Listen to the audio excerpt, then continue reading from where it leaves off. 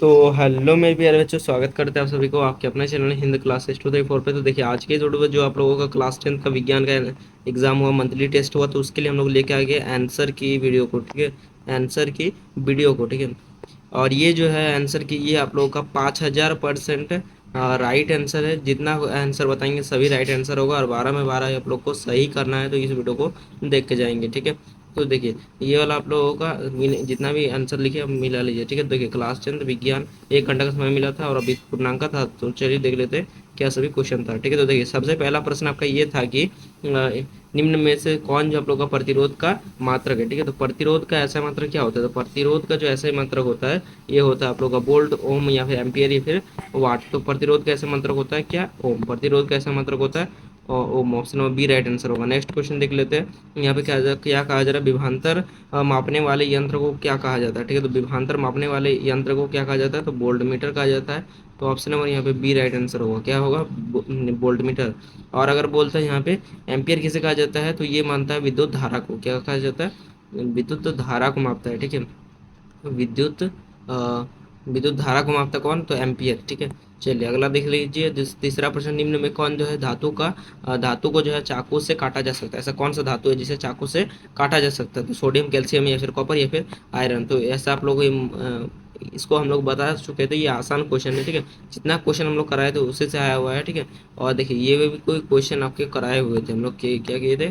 कराए हुए थे। ठीक है, और ये भी कराए हुए थे। ठीक है, लगभग क्वेश्चन हमारा क्वेश्चन आया हुआ है। ठीक है, और ये इसको भी कराए हुए थे। ठीक है, इसको भी कराए थे। जितना हम लोग ये आंसर की और ये भी कराए थे। ठीक है, सभी क्वेश्चन हम लोग कराए थे। ठीक है, छठा में छठा ऑब्जेक्टिव भी हम लोग कराए थे। ठीक है, देखिए तो चाकू से किसे काटा जा सकता है? तो सोडियम। सोडियम एक ऐसा धातु है जिसे चाकू से काटा जा सकता है। ठीक है, नेक्स्ट देखिए क्या बोला आप लोग का, सीसा और टीन के मिश्र धातु को क्या कहा जाता है? तो सीसा और टीन के मिश्र धातु को कहा जाता है आप लोग का ऑप्शन नंबर ए सी, जो आप लोगों का स्टील। सीसा नहीं, सॉरी सॉरी, सोल्डर होगा। क्या होगा? सोल्डर। नेक्स्ट देखिए, मनुष्य में जो है ब्रिक का एक तंत्र का भाग है, और ये भी कराए हुए थे। जितना क्वेश्चन हम लोग कराए थे उतना सब आ चुका है। ठीक है, तो देखिए आप लोगों का मनुष्य में जो ब्रिक का किस तंत्र का भाग होता है? तो ये एक उत्सर्जन तंत्र का भाग होता है। किसका तंत्र का भाग होता है? उत्सर्जन तंत्र का भाग होता है। Option number C right answer होगा। अगला देखिए क्या हो रहा है आप लोगों का, रजीन एवं जो है गोद कहाँ संचित रहता है? ठीक है, तो देखिए ये कहाँ पे संचित रहता है? तो आप लोगों का रजीन और गोंद कहाँ संचित रहता है? तो फ्लोएम में या फिर आप लोग कार्टिक्स में या फिर छाल में या फिर पुराने जाइलम में। तो ये भी कराए थे, तो इसका आंसर हो जाएगा आप लोग का पुराने जाइलम में। Option number D correct answer हो जाएगा। ठीक है, नेक्स्ट क्वेश्चन देख लेते हैं आप लोगों का।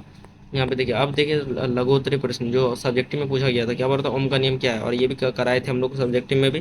किसी दिए गए जो आप लोग का विद्युत के जो है तार की जो है विद्युत प्रतिरोधकता को किन किन बातों को निर्भर किया है? तो विद्युत प्रतिरोधक तो 3 बातों की जो है, तार की लंबाई, ठीक है, ताल का तापमान, ठीक है, और ये मतलब 3 बातों का ध्यान रखता है। ठीक है, मतलब निर्भर करता है। उसके बाद सोडियम एवं पोटेशियम धातु को कहाँ जो आप लोगों का संग्रहित किया जाता है और क्यों? ठीक है, उसके बाद आप लोगों का है कि जो है चयनात्मक जो आप लोगों का यहाँ पे सभी का आंसर दिखेंगे कि आप लोग किस टाइप से लिखे। ठीक है, अगर सब्जेक्टिव का भी आंसर आप लोगों को देखना है तो वीडियो को लाइक करके रखिएगा। ठीक है, और वीडियो को जो आप लोग शेयर जरूर कर देंगे। ठीक है, तो देखिए सब्जेक्टिव में पहला, सोडियम और पोटेशियम जो है धातु को कहाँ संग्रहित किया जाता है और क्यों?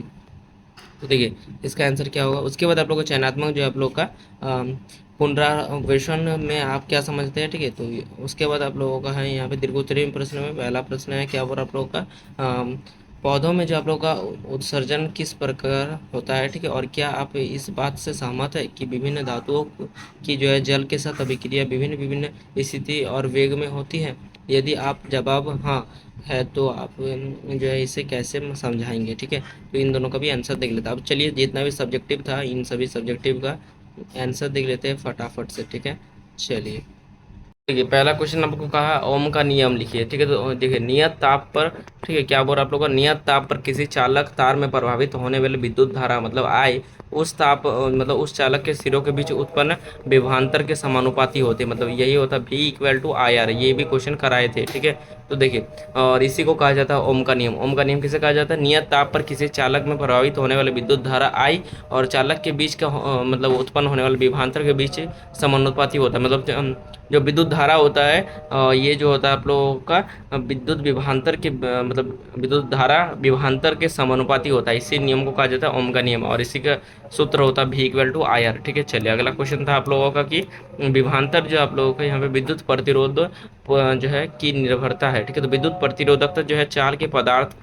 मतलब चालक के पदार्थ की प्रकृति पर, उसके तापमान पर, और पदार्थ की जो है प्रकृति पर, तापमान पर, और एक होता है जो आप लोगों को यहाँ पे लिखा नहीं है, तो आप इसी को कमेंट करके बता देंगे, क्या कर देंगे, कमेंट कर देंगे। ठीक है, चलिए चलिए अगला क्वेश्चन देखिए। तो यहाँ पे इस प्रकार लिखना था कि विद्युत प्रतिरोध, यहाँ पे देखिए इस प्रकार लिखना था विद्युत प्रतिरोधकता की निर्भरता। ठीक है, चलिए अगला देखिए यहाँ पे क्या बोला, सोडियम एवं पोटेशियम धातु का जो है संग्रहण जो है इन्हें जो है आप लोगों का केरोसिन तेल में जो है डुबोकर रखा जाता है। ठीक है, क्योंकि ये अत्यधिक जो आप लोगों का क्रियाशील धातु है, और जो आप लोगों का वस्तु, ठीक है, ये वायु या नमी के संपर्क में आने पर तुरंत आग पकड़ लेती है। ठीक है, चलिए तो ये वाला आपका सोडियम एवं धातु के जो आप लोगों का संग्रहण का कारण बनता जाएगा। ठीक है, मिट्टी का तेल, ठीक है, यहाँ पे जो है इन्हें केरोसिन के तेल में डुबो कर रखा जाता है। किसे, तो ऐसा कोई ऑब्जेक्टिव में भी आप लोगों का आ सकता है। ठीक है, ऑब्जेक्टिव